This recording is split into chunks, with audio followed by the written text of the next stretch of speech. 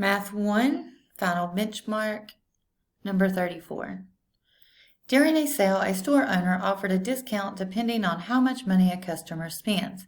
The function p of x represents the total amount owed by a customer during the sale when purchasing items totaling a value of x dollars.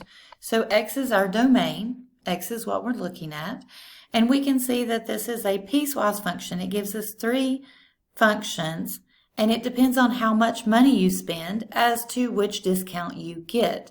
So if you spend less than $50, you get X price. If you spend between $50 and $100, then you get this middle one. Or if you spend greater than $100, you use the discount at the bottom. So which statement is true? All right, so the value of f of 140 equals $100.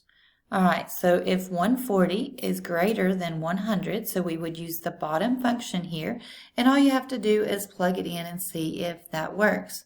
So let's bring up our calculator again.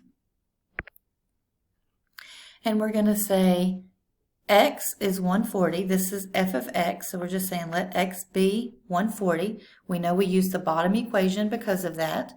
And we're going to say 95 plus 0.75 times 140 minus 100. So 140 minus 100, and that gives us 125. So that is not correct. So this right here is not 125, so A is not the correct answer. So number B, or letter B, says the value of f of 140 equals 100. We know that one can't be it either because we just checked that. So let's cancel that. And then it says the value of f of 140 equals 125. For both of these, we know that's true. We just checked it in the calculator. And it represents, let's read C first. And it represents a $125 discount for items totaling $140.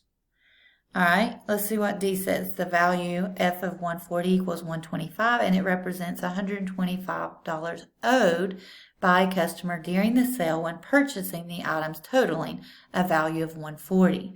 All right, so we said X is the number of dollars. Okay, that's your domain.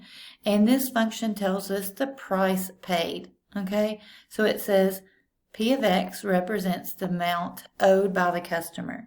So we know that D has to be the correct answer just based on the wording of the problem.